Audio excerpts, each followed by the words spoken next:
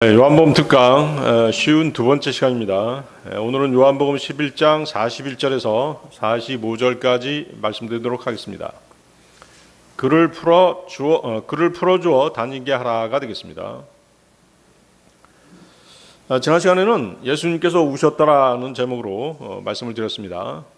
육신을 입고 오신 하나님께서 눈물을 흘리셨습니다. 이것은 주님이 실제로 인간의 본성을 지니셨음을 보여주는 증거 중 하나입니다. 주님은 죄가 이 세상에 들여온 슬픔과 황폐함 때문에 우셨던 것입니다. 주님은 죄로 인해 죽어가는 인간들을 보시고 통분히 여기시며 눈물을 흘리신 것입니다.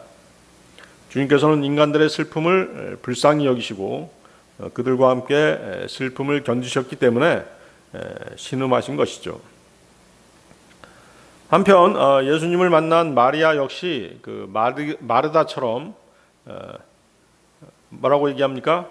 주여, 만일 당신께서 여기에 계셨더라면 저의 오라비는 죽지 아니하였겠나이다 라고 말하죠. 마르다의 경우와 같이 마리아의 이 말은 좀 더 일찍 오시자는 주님을 원망하는 말이 아니었습니다. 마리아는 주님이 계시면 어떠한 죽음도 있을 수 없다는 것을 잘 알고 있었기 때문에 이렇게 말한 것이죠. 오라비 나사로가 죽은 그 슬픔 속에서도 마리아는 여전히 예수님을 주님이라고 부르면서 믿음과 경외심을 나타냈던 것입니다. 그녀는 예수님의 능력에 대해 여전히 깊은 믿음을 가지고 있습니다. 그녀는 예수님께서 계셨더라면 죽음을 막을 수 있었다고 진심으로 믿고 있었기 때문에 그렇게 말한 것입니다. 그녀는 지금 마르다처럼 믿음과 슬픔이 서로 얽혀있는 그런 상태에 있는 것입니다. 그녀는 예수님의 능력을 의심하지 않지만 왜 주님이 더 일찍 오시지 않았는지에 대해서는 실망감을 내비치고 있는 것입니다. 그러나 주님에 대한 원망보다는 그 어려운 시기에 오라비 나사로가 죽어가는 그 어려운 시기, 그 슬픈 상황에서 왜 주님이 그 자리에 못 오셨는지를 이해하고자 하는 그런 갈등이 있었던 것이죠. 그녀는 예수님의 능력을 믿지만 아직 죽음마저도 지배하시는 예수님의 권위와 능력에 대해서는 알지 못하고 있는 것입니다. 이것은 그녀의 믿음이 성장하는 과정에 있음을 보여주는 것이죠. 그녀는 마음이 아팠지만 예수님의 발 앞에 엎드려서 여전히 예수님을 신뢰한다는 것을 보여주었습니다. 자, 요한복음 11장 41절 보십시오. 요한복음 11장 41절. 그때 그들이 죽은 자가 눕혀진 장소에서 그 돌을 치웠더라. 그런 다음에 예수님께서는 그분의 두 눈을 들어 올리셨고 이같이 말씀하셨느니라. 아버지, 당신께서 제 말을 들어주셨사오니 제가 당신께 감사하나이다. 시체가 안치된 그 무덤의 그 돌문을 치운 것이죠. 요한복음 11장에서 두드러지게 대비되는 것은 인간들의 실패와 주님의 영광입니다. 예수님의 완전하심과 인간들의 불완전함이 계속해서 대비돼서 제시되고 있는 것입니다. 주님은 무덤문을 막고 있는 돌을 치우도록 그렇게 명령하셨습니다. 그리고 이를 가로막고 나선 마르다를 나무라하셨죠. 시체가 안치된 지 4일이 지났기 때문에 이제 시체 썩는 냄새가 날 거란 말이죠. 그러니까 이제 마르다가 황급하게 그것을 이제 무덤 앞에 있는 돌을 치우지 못하도록 그렇게 제지를 했던 것입니다. 예수 그리스도께서는 마르다의 믿음이 적은 것을 지적하셨죠. 그제서야 이제 사람들이 주님께서 명령하신 대로 무덤 입구에 돌을 치웠던 것입니다. 주님께서는 하나님이십니다. 그러나 무슨 일을 하시더라도 자신의 능력을 앞세우기 전에 아버지 하나님께 먼저 기도를 드리셨죠. 주님은 성경 말씀을 몸소 실천하심으로써 우리들에게 모범을 보여주셨던 것입니다. 잠언 3장 5절 6절 말씀인데요. 너의 마음을 다하여 주를 신뢰하라. 그리고 너 자신의 명철에 기대지 말라. 너의 모든 길들 가운데서 그분을 인정하라. 그래야면 그분께서 너의 행로들을 인도하시리라. 자, 주님의 기도를 보십시오. 주님은 기도하시면서 제 말을 들어주셨사오니 제가 당신께 감사하나이다 라고 말씀하십니다. 이것은 주님께서 지금 행하시게 될 일을 위해서 이미 오래전부터 기도해 오셨음을 알 수 있게 하는 것이죠. 아버지 하나님께서 주님의 기도를 들어주시리라는 대단한 확신을 나타낸 말씀입니다. 주님께서는 나사로가 병들었다는 소식을 들으시고 바로 오지 않으셨죠? 이틀 동안 더 머무셨습니다. 그때부터 이미 아버지 하나님께 기도를 드리고 있었음을 우리는 알 수 있는 것입니다. 그리고 기도 드릴 때마다 이미 그 기도가 응답될 것을 당연한 것으로 여기시고 계셨던 것입니다. 주님의 이 확신에 찬 태도는 요한복음 8장 29절 말씀에서 그 사실을 확인할 수 있습니다. 요한복음 8장 29절인데요. 나를 보내신 분은 나와 함께 계시느니라. 아버지께서는 나를 홀로 남겨두지 아니하셨느니라. 이는 내가 그분을 기쁘게 해드리는 그런 것들을 항상 행하기 때문이라. 그렇죠? 예. 주님께서 행하시는 그 어떤 일도 하나님 아버지의 뜻에서 벗어난 일이 없으셨습니다. 하나님의 말씀에서 하나라도 어긋나는 일을 주님께서는 하신 적이 없으신 것이죠. 그러므로 하나님 아버지께서 언제나 주님의 기도를 들어주실 수밖에 없었던 것입니다. 주님께서는 이 사실을 알고 계셨기에 자신의 기도 응답에 대해 항상 확신에 차 계셨습니다. 우리 그리스도인들도 그렇게 해야 되는 것입니다. 그렇죠? 거기 요한복음 8장 29절 그분을 기쁘게 해드리는 그런 것들을 항상 행하기 때문이라. 그렇죠? 우리가 하나님의 뜻에 따라서 하나님 아버지를 기쁘게 해드리는 일들을 항상 하면은 그분께서 기도를 들어주지 않을 수가 없는 것이죠. 요한일서 3장 22절 말씀인데요. 요한일서 3장 22절 그리고 무엇이든지 우리가 구하는 것을 우리가 그분께 받나니 우리가 그분의 명령들을 지키고 그분의 목전에서 기쁨이 되는 그 일들을 행하기 때문이라. 예. 그분의 명령들을 지키고 그분의 목전에서 기쁨이 되는 일들을 행하게 되면 하나님께서는 우리의 기도를 반드시 들어주시는 것입니다. 그래서 그것이 기도 응답을 받는 조건인 것이죠. 그분의 명령들을 지키고 그분의 목전에 기쁨이 되는 일들을 행하는 것, 이것이 기도 응답의 조건인 것이에요.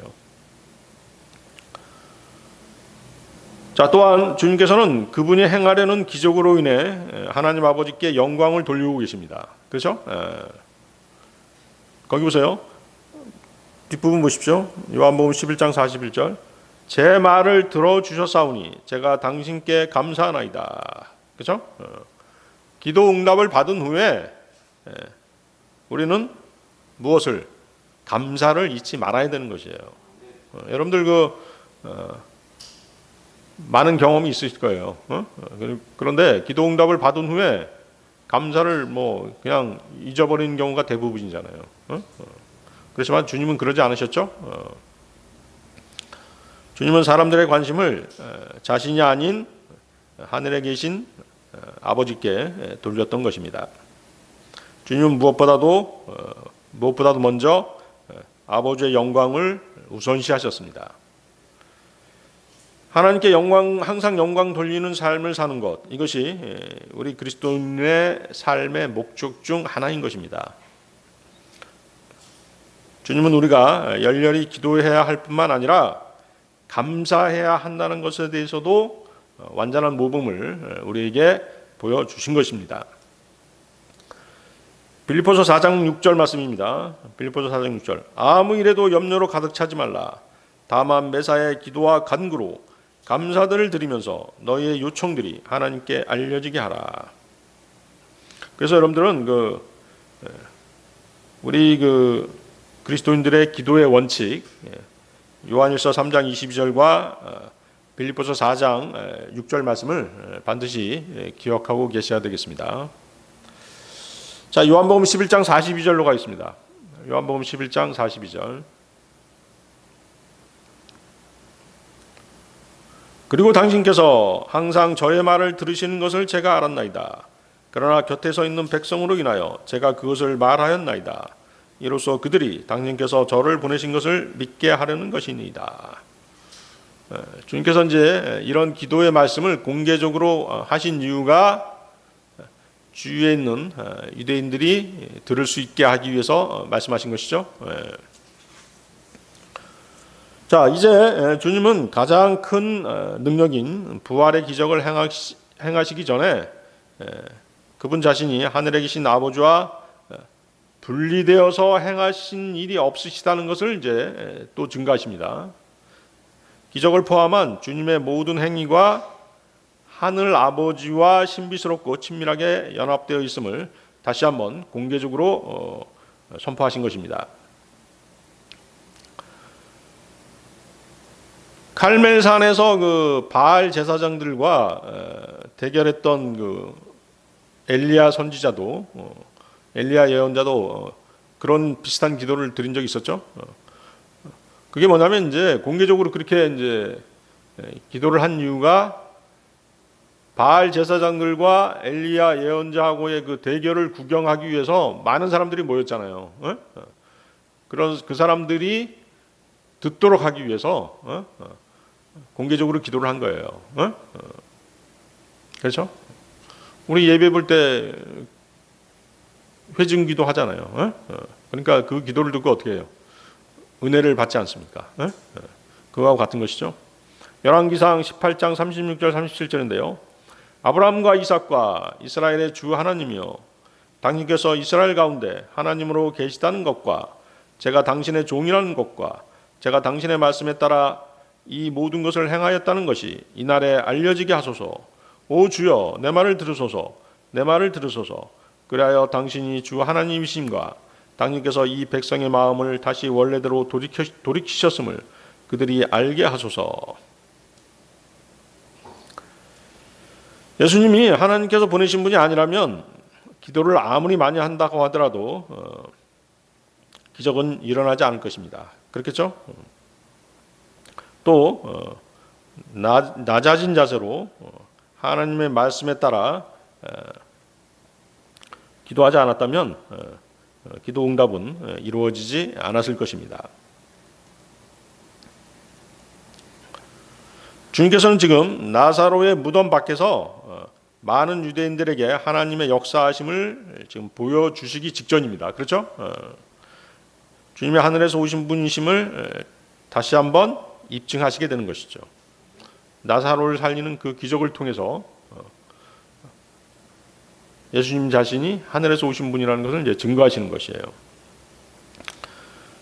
그리고 많은 사람들이 기적이 일어나는 그 현장에서 모든 증거들을 목격하게 될 것입니다. 부활의 증거들이죠. 그렇게 되면 그리스도께서 과연 하나님의 아들이시며 이스라엘의 메시아이심을 인정하지 않을 수 없게 될 것입니다. 자, 주님은 나사로의 시체가 들어있는 무덤까지 오셔서 그들의 손으로 직접 돌을 치우도록 하셨습니다. 그렇죠? 그러니까 어떻게 해요? 지금 이제 나사로를 살리는 기적을 행하시기 전에 다른 사람들, 거기 모여 있는 사람들로 하여금 그 기적에 동참할 수 있도록 하신 것이에요. 그렇게 되면 어떻게 돼요? 그 기적을 부인할 수 없게 되는 것이잖아요. 그렇죠? 또 그들은 어땠어요? 시체 썩는 냄새를 직접 맡았잖아요. 그렇죠? 그리고 그들의 눈으로 직접 죽은 나사로가 일어나는 것을 목격하게 하시는 것이죠. 또 그들의 손으로 직접 그 나사로의 몸을 칭칭 감고 있던 그 수의를 벗겨내게 하시죠. 그래서 주님은 처음부터 끝까지 자신의 증거에 조금이라도 의심이 가지 않도록 철저하게 상황을 이끌어 가시는 것이에요. 주님은 진리를 증거하는 과정에서 사람들이 믿지 않을 수 없도록 하시는 것이죠. 주님 자신이 믿음을 주시는 분이심을 보여주신 것입니다. 히브리서 12장 2절이죠. 우리 믿음의 창시자이자 완성자이신 예수님을 바라보자. 그분께서는 자신 앞에 놓인 즐거움을 위하여 수치를 멸시하시며 십자가를 견디셨고 하나님의 보좌 오른편에 앉게 되셨느니라. 믿음의 창시자이자 완성자이신 예수님. 그래서 우리의 믿음마저도 누가 주시는 것이다? 주님이 주시는 것이에요. 무엇을 통해서? 무엇을 통해서? 말씀을 통해서 주시는 것이죠. 믿음은 어디서 나요? 믿음은 들음에서 나며 들음은 하나님의 말씀에 의해서니라. 그렇죠? 자, 요한복음 11장 43절로 가겠습니다. 요한복음 11장 43절. 그러고 나서 그분께서 그와 같이 말씀하셨을 때 친히 큰 목소리로 외치셨더라. 나사로야, 밖으로 나오라. 주님께서 나사로의 이름을 큰 음성으로 부르십니다. 주님께서 이처럼 큰 목소리로 외치신 이유 또한 모든 사람이 들을 수 있게 하기 위해서였습니다. 주님은 죽은 자들 모두를 향해서 일어나라고 외치실 때가 있을 것이라고 말씀하셨습니다. 구원받지 못한 자들이 죽은 자들이에요. 아시겠습니까? 성경에서 구원받지 못한 자들이 죽은 자들이에요. 그러니까 우리가 영이 죽었다는 얘기 하잖아요. 영이 구원받지 못하고 거듭나지 못했기 때문에 우리가 죽었다는 표현을 쓰는 것입니다. 그러니까 그건 뭐 잘못된 표현이 아니에요. 구원받지 못한 자들, 거듭나지 못한 자들이 바로 죽은 자들인 것이죠. 혼이 구원받고 영이 거듭나는 것이거든요. 요한복음 5장 25절입니다. 진실로 진실로 내가 너희에게 이르노니 그 시각이 오나니 지금이라. 곧 죽은 자들이 하나님의 아들의 목소리를 들을 때라. 그런즉 듣는 자들은 살리라. 아시겠죠? 구원받지 못한 자들, 거듭나지 못한 자들이 다 죽은 자들이기 때문에 우리가 이제 뭐 영이 죽었다라는 표현이 잘못된 표현은 아니다는 것이죠.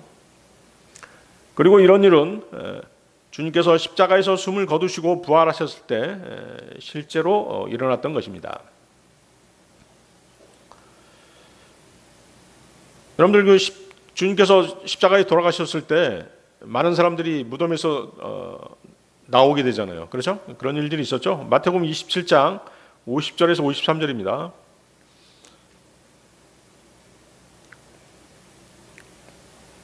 마태복음 27장 50절에서 53절. 그분께서 다시금 큰 목소리로 외치셨을 때 예수님께서 숨을 거두셨더라. 그런데 보라, 성전 휘장막이 위에서 아래까지 둘로 찢어졌더라.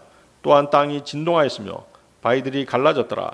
그러고 나서 무덤들이 열렸으며 잠들었던 많은 성도들의 몸이 일어났으니 그분의 부활 후에 무덤들에서 나왔고 거룩한 도성으로 들어가서 많은 이들에게 나타났더라.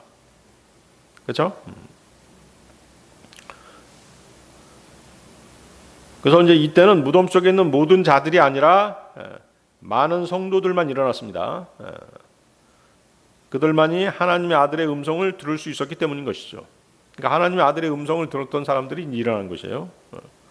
그래서 주님께서는 듣는 자들은 살리라고 말씀하신 것이죠. 예수 그리스도께서 재림하실 때 주님 안에서 잠든 모든 성도들이 무덤 속에서 살아 일어날 때는 주님께서 각자 성도들의 각자의 이름을 부르시게 될 것입니다. 요한복음 10장 3절이 그 내용이죠. 그에게는 문지기가 문을 열어주느니라. 그리고 양들은 그의 음성을 듣느니라. 그런즉 그는 자기 소유의 양들을 이름으로 불러서 그들을 이끌어내느니라. 그러니까 여러분들이 이제 주님 오시기 전에 만약에 이제 뭐 휴거된다라고 한다면 휴거되기 직전에 그분의 음성을 들을 수 있는 것이에요. 누구누구야 올라와라 뭐 이런 그런 식으로 이제 여러분들의 이름을 하나하나 다 불러주실 것입니다. 그래서 예수 그리스도께서 공중 재림하셔서 휴거가 일어날 때 죽어 잠들어 있던 모든 성도가 깨어 일어나서 또 살아있는 모든 성도가 순식간에 하늘로 오르는 장면은 실로 하늘과 땅이 흔들리는 놀라운 광경이 될 것입니다. 구원받지 못한 세상 사람들은 그 광경을 볼 수 없을 것이에요. 순식간에 이루어지기 때문에. 그렇지만 그날 뉴스에는 많은 사람들이 사라진 그 내용들이 이제 계속해서 방송이 될 것입니다. 데살로니가전서 4장 16, 17절인데요. 이는 주께서 환호와 천사장의 음성과 하나님의 나팔 소리와 함께 하늘로부터 친히 내려오실 것이기 때문이라. 그리하면 그리스도 안에서 죽은 자들이 먼저 살아나리라. 그 다음에 살아서 남아있는 우리도 구름들 속으로 그들과 함께 붙들려 올라가 공중에서 주를 만나리라. 그리하여 우리가 언제나 주와 함께 있으리라. 자, 다시 돌아가 보십시오. 예수님께서는 오직 그분의 말씀만으로 나사로를 살려내시는 것입니다. 이 사실은 예수님께서 말씀이 육신이 돼서 오신 분임을 증거하는 그런 것이죠. 우리 혼이 구원받고 영이 거듭날 때 우리에게 작용했던 것이 바로 하나님의 말씀이었잖아요. 복음의 진리였죠. 그 말씀을 듣고 이제 우리가 구원을 받고 거듭났던 것이죠. 우리는 오직 기록된 말씀으로 영적으로 살아나고 사망에서 생명으로 옮겨지는 것입니다. 베드로전서 1장 23절인데요. 너희가 다시 태어난 것은 썩을 수 있는 씨에서 난 것이 아니요 썩을 수 없는 씨에서 난 것이니 살아있고 영원토록 거하는 하나님의 말씀에 의한 것이라. 하나님의 말씀에 의한 것이라. 자, 요한복음 11장 44절로 가겠습니다. 요한복음 11장 44절. 그러자 죽었던 자가 손과 발이 수위에 묶인 채 밖으로 나왔는데 그의 얼굴은 작은 수건으로 감겨 있었더라. 예수님께서 그들에게 말씀하시기를 그를 풀어주고 그를 다니게 하라 하시니라. 그렇죠? 그 이스라엘 사람들의 매장 방법이죠. 이 매장 방법은 이제 어디서 가져온 것이냐면 이집트에서 가져온 것이죠. 이집트에 옛날에 그 이집트에서 노예 생활을 했었잖아요. 그때 장례 방법을 이집트 사람들로부터 배운 것이죠. 그래서 이런 식으로 장례를 하는 것이에요. 자, 주님께서 큰 음성으로 나사로야 나오너라 하고 외치시자 죽었던 나사로가 몸의 수위를 칭칭 감은 채 무덤에서 걸어 나왔습니다. 주님의 음성이 들리자 죽음의 권세 잡은 자는 즉시 그가 사로잡았던 자를 내놓았던 것입니다. 실로 하나님이 아니고서는 그 누구도 이런 권능을 행하실 수 없으십니다. 주님께서는 죄와 사망과 사탄의 정복자로서 그 자리에 서 계셨던 것이죠. 이 순간 주님께서는 물질적인 세계와 영적인 세계 모두에 대해서 절대적인 능력을 가지고 계심을 많은 사람이 알도록 하신 것입니다. 몸을 떠났던 혼과 영은 주님의 명령을 듣자 그 보이지 않는 세계에서 다시 육체에 거하기 위해서 돌아왔던 것입니다. 그렇죠? 여러분들 저기 한번 보세요. 야고보서 2장 26절 한번 보십시오. 야고보서 2장 26절.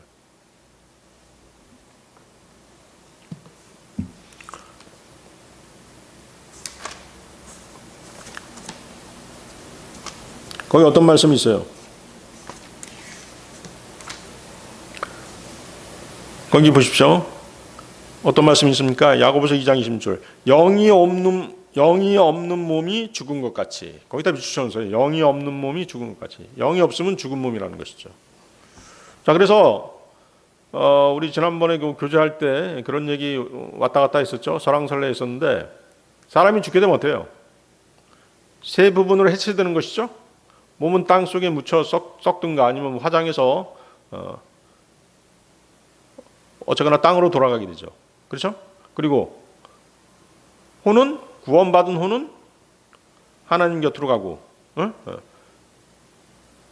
구원받지 못한 혼은 지옥으로 가게 되는 것이에요. 그 다음에 영은 하나님의 호흡이기 때문에 하나님께서 취해 가시는 것이죠. 아시겠어요? 그렇게 해서 이제 죽을 때 그렇게 되는 것이죠. 자, 그러면 심판 때는 어떻게 될 것이냐? 심판 때는 두 가지 설이 있어요. 이 세계가 다시 모일 것이다. 하나님께서 세계를, 이 세 부분을, 영혼, 몸을 다시 합쳐서 그 백보자 심판대 앞에 서게 하실 것이다가 첫 번째고요. 두 번째는 뭐예요? 혼과 몸만 서게 될 것이다. 이게 두 번째 이론이 있습니다. 근데 그것이 이제 그 성경에 아주 정확하게 나와 있지 않거든요. 왜냐하면 이제 성경에 이런 말씀이 있잖아요. 너희는 몸은 죽일 수 있으나 혼은 죽일 수 없는 자들을 두려워하지 말고 차라리 혼과 몸을 모두 지옥에서 멸할 수 있는 그분을 두려워하라. 이렇게 돼 있죠. 그래서 지옥에서 멸하는 것이 혼과 몸이다. 이렇게만 나와 있기 때문에 영은 나와 있지 않단 말이죠. 그렇기 때문에 영혼 몸이 다 모인다. 이것을 우리가 상상은 할 수 있죠. 그렇게 돼야지 맞는 거 아니냐 이렇게 상상할 수는 있지만 정확한 근거가 되는 성경 구절을 제시할 수 없다는 거 아시겠습니까? 성경에 없는 얘기를 우리가 만들어서 얘기할 수는 없잖아요. 그렇게 되지 않을까라고 이제 생각은 해볼 수 있는 것입니다. 아시겠죠?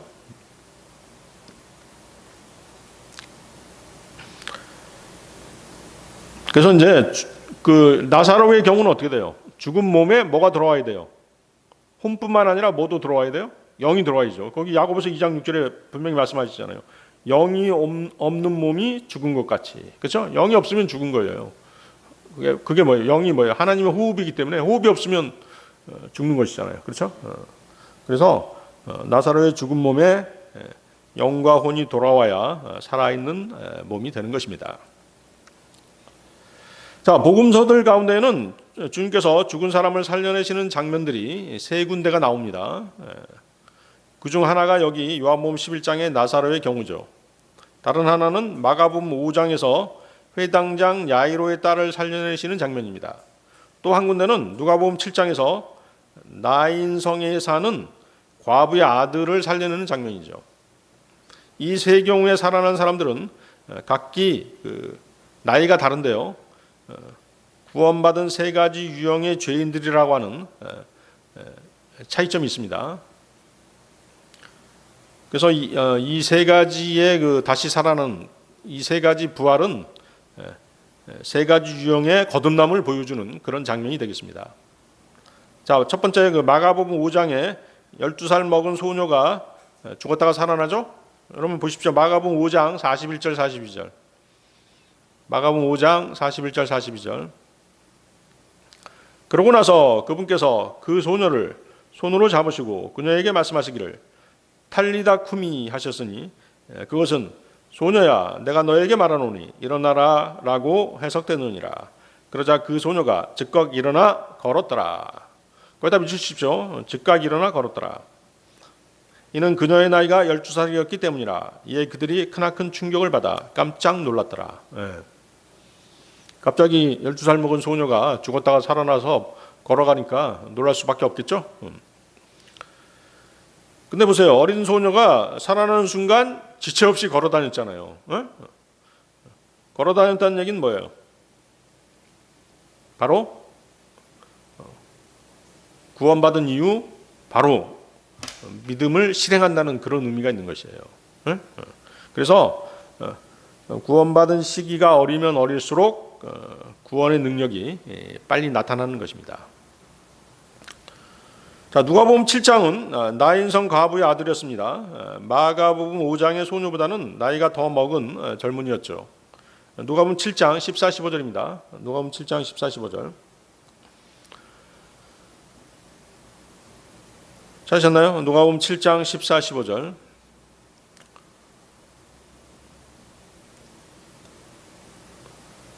그러고는 그분께서 오셔서 그 상여를 만지셨고 그를 바치고 있던 자들이 가만히 섰더라.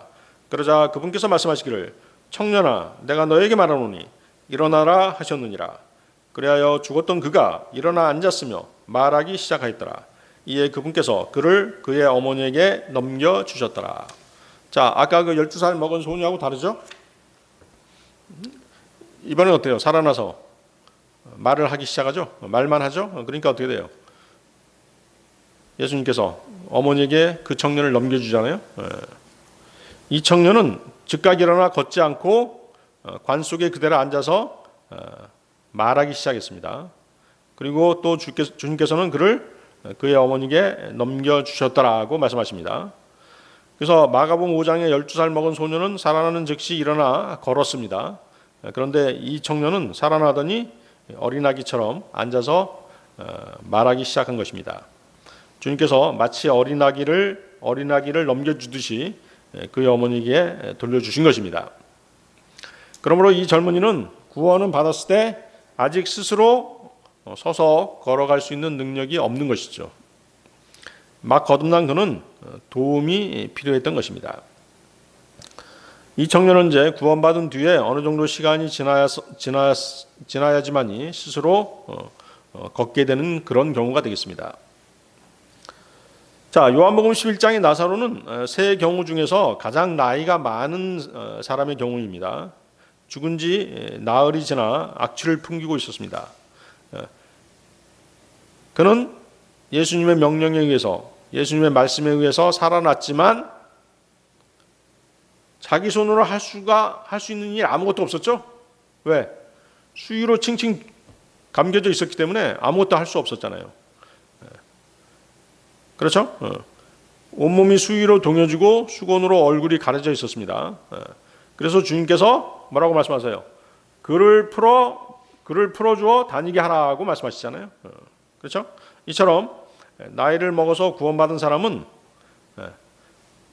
그동안 타락한 삶을 살던 과거의 더러움을 벗어버리는 데에 많은 시간이 걸릴 수밖에 없다는 것을 보여주신 것입니다. 그렇죠? 막 구원받고 자신의 과거의 그런 그 행실들, 과거의 잘못된 습관들, 버릇들 이런 것을 순식간에 다 떨쳐내기가 어렵다는 것이죠. 아시겠죠? 쉽지가 않죠? 그래서 거기 보세요. 다시 돌아가 보십시오. 요한복음 11장 44절.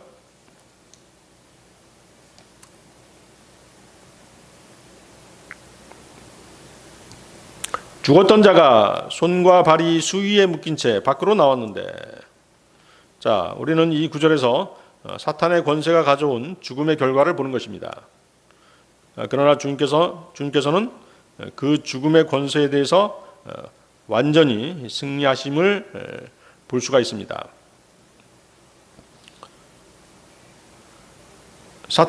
사망은 바로 뭐예요? 사망은 사탄의 권세죠. 그는 죄를 두려움으로써 죄의 싹신 사망도 함께 들어온 것입니다. 그래서 이제 누가 죽고 살고 누군가가 죽는다라고 하는 것은 하나님께서 누구에게 그 권세를 주신 것이에요? 사탄에게 그 권세를 주신 것이에요. 욥의 경우 보세요. 욥의 경우 하나님께서 뭐라고 말씀하세요?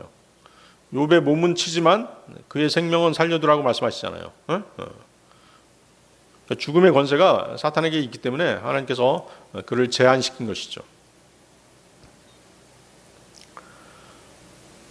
그래서 이제 그 사탄은 그 에덴 동산에서 속임수로 아담을 속였던 것입니다. 그는 옛날이나 지금이나 거짓의 아비인 것이죠. 거짓말쟁이인 것입니다. 요한복음 8장 44절인데요. 그는 시작부터 살인자였으며 진리 안에 거하지 아니하였으니 그 안에 진리가 전혀 없기 때문이라. 그가 거짓말을 할 때면 그는 자기 자신에게서 나오는 거짓으로 말하느니라. 이는 그가 거짓말쟁이요 거짓의 아비이기 때문이라. 사탄은 모든 면에서 주 예수님과 반대의 특성을 지니고 있습니다. 그는 생명을 파괴하는 자입니다. 반면에 예수님은 생명을 주시는 분이시죠. 사탄은 사람들을 고소하는 자입니다. 예수님은 사람들을 위해 중보하시는 분이십니다. 사탄은 거짓의 아비입니다. 예수님은 하나님의 진리이십니다. 사탄은 사람에게 거짓을 믿도록 속이는 자입니다. 그리하여 죄가 들어왔고 죄의 결과로 사망이 들어오게 된 것입니다. 그래서 사망은 바로 그의 권세입니다. 그러나 예수 그리스도께서는 사망의 권세를 지닌 자, 곧 마귀를 멸하려고 이 땅에 오신 것입니다. 하나님의 독생자께서는 사람들을 사탄의 권세에서 살아계신 하나님의 능력으로 옮기심으로써 마귀가 이루어 놓은 일을 파괴하러 오신 것입니다. 주 예수님께서는 두 가지 방법으로 그분의 백성의 부활과 생명이 되셨습니다. 물론 이제 그분의 백성뿐만 아니라 우리 그리스도인들도 마찬가지죠. 첫째, 주님은 하나님의 공의가 요구하였던 죄의 싹을 대신 치루어 주심으로써 그분을 믿는 사람들을 구속하셨습니다. 그리고 그들의 부활과 생명이 되신 것입니다. 주님은 그분 자신이 자발적으로 우리를 대신하여 고난을 받으셨습니다. 우리를 위해 나무에 달려 하나님의 저주가 되심으로써 그 흘리신 보혈로 죄의 값을, 죄의 싹을 대신 치러주신 것입니다. 두 번째, 주님은 그분을 믿는 자들을 모든 존재의 생명 되시는 그분 자신과 하나가 되게 하심으로써 우리의 부활과 생명이 되셨습니다. 그렇죠? 우리가 구원받는 즉시 어때요? 그분의 지체가 되죠? 그분 안으로 침례를 받잖아요. 그래서 그분의 지체가 된다라고 성경은 말씀하시죠? 그래서 우리는 구원받는 즉시 주님의 몸의 일부가 되는 것입니다. 이것은 눈에 보이지 않는 그리스도의 몸의 신비인 것이죠. 고린도전서 6장 17절은 뭐라고 말씀하세요? 그러나 주와 결합한 자는 한 영이라고 말씀하십니다.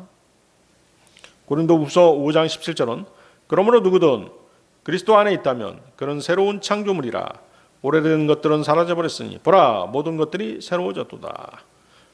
우리가 그리스도 안에 있게 된 것이에요. 구원받는 즉시 그리스도 안에 있게 되는 것입니다. 그리고 그리스도 안에 있게 된 우리는 새로운 창조물이라고 얘기하시잖아요. 새 사람이 된 것이에요. 새 사람. 그래서 부활과 생명 되시는 주님은 사망의 권세를 지닌 자 마귀에 대해서 완전히 승리하셨습니다. 대표적인 예가 바로 나사로죠. 죽어서 무덤 속에 있었던 나사로는 이미 그 시신이 썩어가고 있었습니다. 그러나 주 예수님의 음성이 들리자 살아났던 것입니다. 그래서 하나님의 자녀는 부활의 자녀인 것이죠. 그리스도인들은 그분 안에 있는 영원한 생명으로 말미암아 생명의 부활이 보장된 사람들입니다. 죽어도 다시 사는 것이죠. 살아서 그를 믿는 자는 영원히 살리라고 말씀하시죠. 주님의 생명이 우리에게 전달될 때 사탄은 우리를 더 이상 지배할 수 없게 되는 것입니다. 물론 이제 믿음 생활하는 동안 사탄의 유혹에 빠질 수는 있겠죠. 그렇지만 사탄의 지배에서 완전히 벗어난 그런 상태에 있는 것입니다. 어둠의 세력에서 하나님의 아들의 영역으로 넘어오게 된 것이에요. 마귀의 자식에서 하나님의 자녀가 된 것입니다. 자, 그리스도께서 그 베다니에 계시지 않는 동안에 사망의 권세가 아주 뚜렷하게 나타났었죠. 슬픔과 고통이 나사로의 집안에 들어왔습니다. 나사로가 죽게 되자 그렇게 되는 것이죠. 그러나 주님이 그곳에 오시자 슬픔과 눈물은 기쁨으로 바뀌게 되었습니다. 주께서 나타나시자 부활과 생명의 능력이 나타나게 된 것입니다. 다시 돌아가 보십시오. 죽었던 자가 손과 발이 수위에 묶인 채 밖으로 나왔는데 죄인이 거듭날 때 그의 안에 이루어진 하나님의 은혜의 역사는 그를 처음부터 완전하게 하지는 않는다는 것입니다. 그렇죠? 처음부터 모든 것이 막 변하지는 않잖아요. 과거의 잘못된 습관, 과거에 또 습관적으로 짓던 죄들, 이런 것들을 한꺼번에 당장에 정리하지 못한다는 것이에요. 구원은 이제 시작에 불과한 것이죠. 그 사람이 어떤 사람이 거듭났어도 그의 옛 본성은 그대로 남아 있는 것이에요.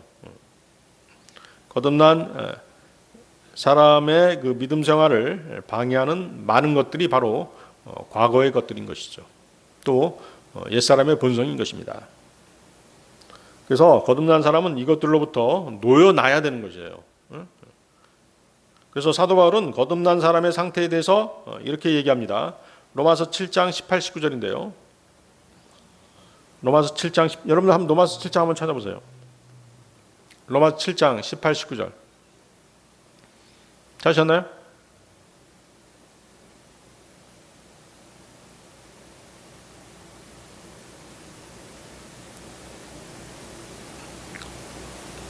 자, 부지런히 찾으셔야 됩니다. 로마서 7장 18, 19절. 이는 내 안에, 즉 내 육신 안에 선한 것이 전혀 거하고 있지 않음을 내가 알기 때문이라. 나에게 하려는 의지가 있으나 그 선한 것을 수행하는 방법을 내가 발견하지 못하노라. 이는 내가 바라는 선을 행하지 아니하고 오히려 내가 바라지 아니하는 악을 행하기 때문이라. 그렇죠? 우리 육신 안에 뭐가 있다는 거예요? 우리 육신은 선하지 않다는 것이에요. 그러니까 우리 그리스도인들 중에 잘못 얘기하는 사람이 있잖아요. 나는 착한 사람이 이렇게 얘기하면 완전히 잘못 얘기하는 것이에요. 아시겠죠? 우리 육신 안에는 선한 것이 전혀 거하지 않다라고 성경은 벌써 단정적으로 말씀하시잖아요. 그래서 어디 가서 나 착한 사람이 그렇게 자랑하면 안 되는 것이죠. 거짓말쟁이가 되는 거예요. 그 밑에 보세요. 그 밑에 로마서 7장 22절 23절 보세요. 이는 내가 속사람을 따라 하나님의 법을 크게 즐거워하기 때문이라. 그러나 내 지체들 속에 있는 또 다른 법을 보나니 나의 생각의 법과 전쟁하여 나를 내 지체들 속에 있는 죄의 법에게로 사로잡아 오는도다. 그렇죠? 우리 거듭난 새 사람은 어때요? 하나님의 말씀에 따라 살고 싶어요. 그런데 어때요? 내 육신은 죄의 법을 따르기를 원하는 것이죠. 그래서 계속 충돌하는 것이에요. 계속 전쟁을 벌이는 것입니다. 이게 영적 전쟁인 것이에요. 자, 여기 주님께서 무덤에서 불러내셨을 때 나사로도 그러했다는 것이죠. 나사로는 그의 행동을 방해하는 수위를 벗어버리지 못하고 있는 상태에 있잖아요. 살아났지만, 거듭났지만 그 수위를 벗어내지 못하고 있잖아요. 손과 발을 묶인 채로 나왔잖아요. 그러자 주님께서 명령하시죠? 뭐라고 명령하세요? 그를 풀어주고 그를 다니게 하라. 자, 주님께서 이 광경을 지켜보고 있던 사람들에게 부활한 나사로를 자유롭게 해주라고 요구하신 이유는 분명하죠? 뭐예요? 주위의 사람들은 죽은 자가 일어나서 살아나서 걸어 나온 것을 지켜보면서 지금 뭐예요? 모두 놀라움과 두려움에 지금 압도되어 있는 상태입니다. 주님께서는 이렇게 명령하실 수도 있죠. 그 수위를 말씀으로 이렇게 벗겨내실 수도 있잖아요. 수위야 벗겨져라 뭐 이런 식으로 이제 예를 들면 그런 식으로 해서 주님께서 벗겨내실 수도 있지만 어때요? 그런 기적은 행하지 않으셨죠? 대신 사람들에게 그를 풀어주고 그를 다니게 하라고 이렇게 명령하시죠. 무덤 입구에 돌을 치우라고 명령하신 것과 동일한 맥락인 것이에요. 주님께서는 항상 사람들을 도구로 사용하시는 것이죠. 아시겠죠? 그래서 어떤 사람이 구원받아서 이제 교회에 입교하게 되면 그를 풀어주고 그를 다니게 하는 역할을 누가 하는 것이에요? 우리 옆에 있는 그리스도인들이 해야 되는 것이에요. 아시겠죠? 그래서 구원받게 하는 것이 중요하죠. 그 다음은 뭐예요? 그를 풀어주어 다니게 해야 되는 것이죠. 과거의 나쁜 습관들, 죄들 이런 것들로 끊고 하나님의 말씀에 따라서 살 수 있도록 그렇게 옆에서 도와줘야 되는 것입니다. 그것이 이제 그리스도인들이 할 일인 것이죠. 그래서 하나님께서 항상 우리 그리스도인들을 의의 도구로 사용하신다는 거, 정결한 의의 도구로 예비된 사람들을 사용하셔서 그분의 사역에 동참하게 하시는 것입니다. 아시겠죠? 아무나 막 사용하시지 않잖아요. 정결하게 예비된 그릇, 그 그릇들을 사용하시는 것이에요. 자, 그를 풀어주고 그를 다니게 하라는 이 말씀은 또한 구원받은 성도는 더 이상 사망의 옷을 입지 않는 것을 의미하는 것입니다. 아시겠죠? 그래서 고린도전서 15장 26절은 뭐라고 말씀하세요? 멸망당할 마지막 원수는 사망이라고 말씀하시죠. 자, 부활의 기적을 지켜본 많은 사람은 주님이 행하신 기적에 일체의 속임수가 없었다는 것을 알 수 있었습니다. 그들은 무덤 문을 열어서 시체 썩는 냄새를 맡았죠. 나사로가 살아나자 그의 수의를 벗겨주었죠. 다시 살아난 나사로의 몸의 이곳저곳을 확인할 수 있었죠. 손을 뻗어서 나사로의 몸을 직접 만져본 사람도 있었을 것이에요. 호기심 있는 사람들은, 호기심이 많은 사람들은 그럴 수 있잖아요. 진짜 이 사람 살아난 거야? 이러면서 만져볼 수도 있잖아요. 그리고 그들은 나사로가 그 감격에 겨워 울고 있는 누이들과 함께 집으로 돌아가는 것을 지켜보았을 것입니다.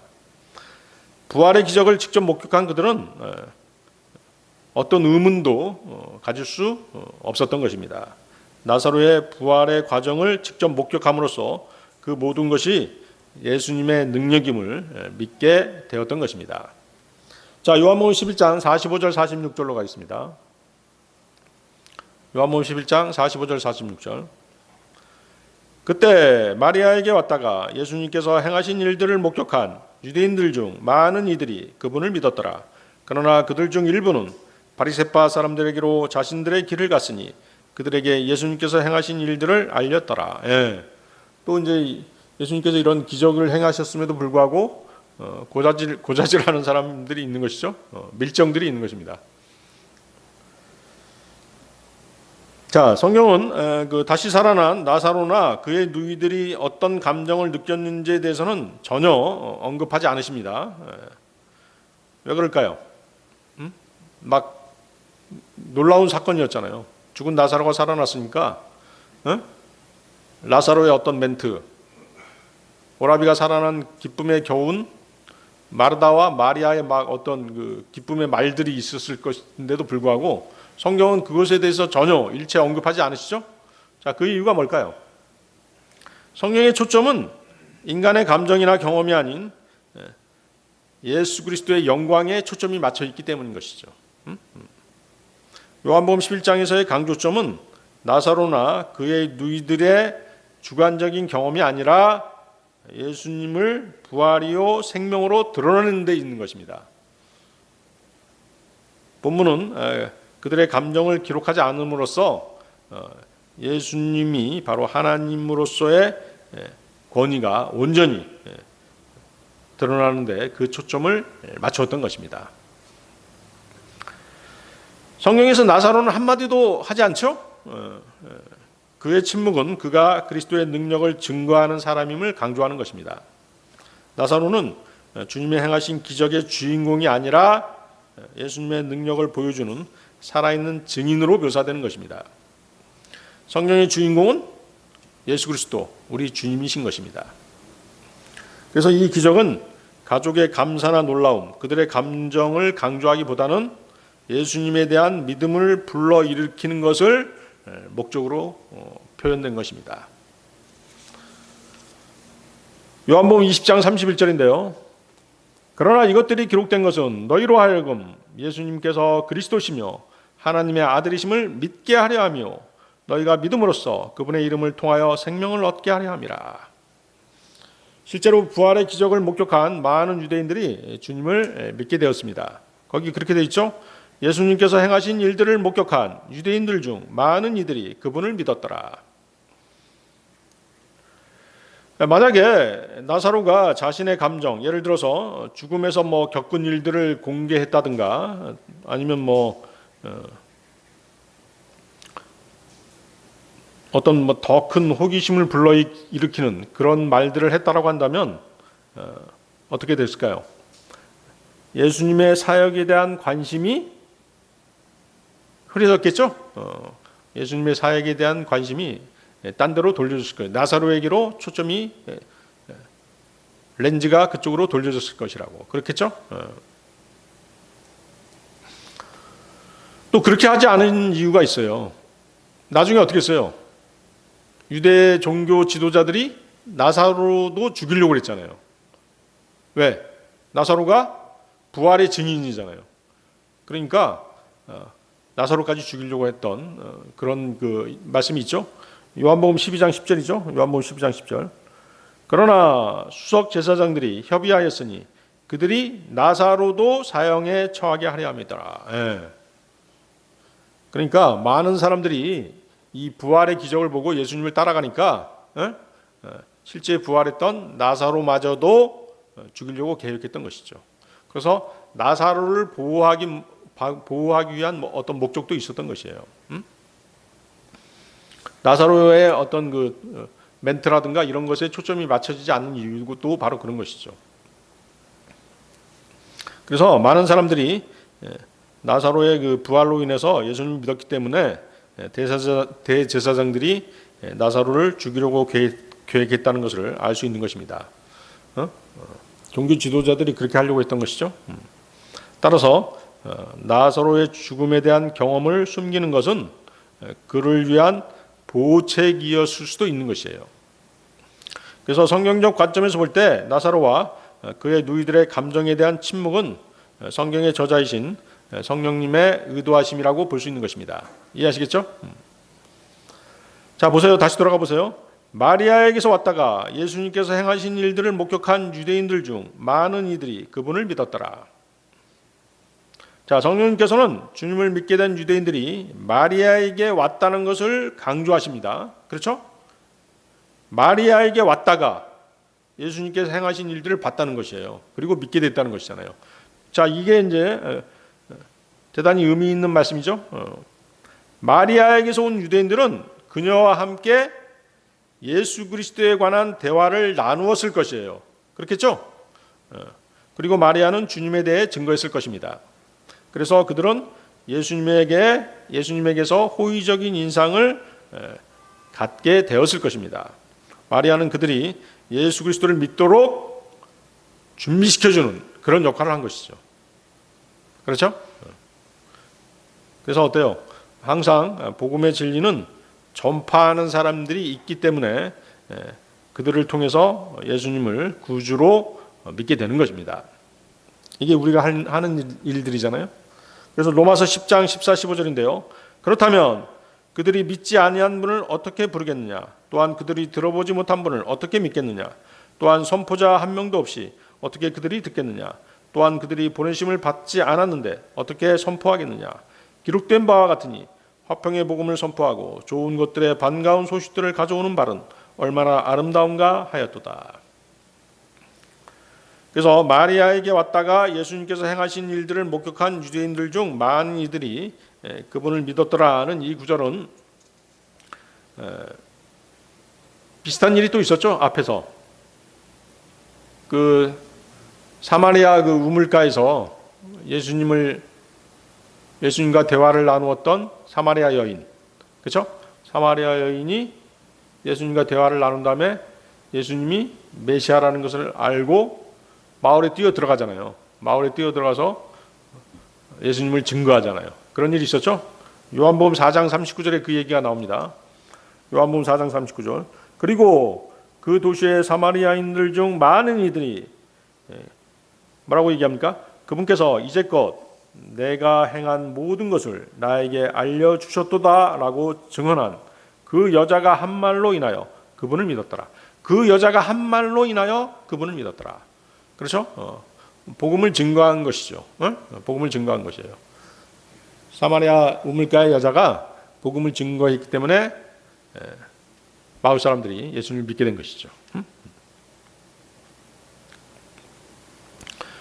그래서 그 46절 다시 보십시오. 46절은 유대인들이 그 기적을 어떻게 받아들였는지를 알려주시고 있습니다. 성령님께서는 또한 유대인들의 그 커져가는 증오심도 보여주고 계십니다.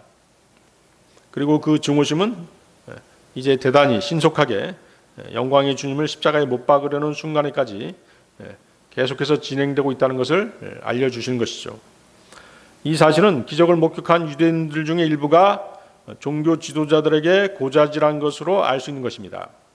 그들은 예수님이 행하신 기적을 자신들의 눈으로 직접 보고 자신들의 코로 직접 냄새 맡고 자신들의 손으로 직접 만져보았습니다. 그렇죠?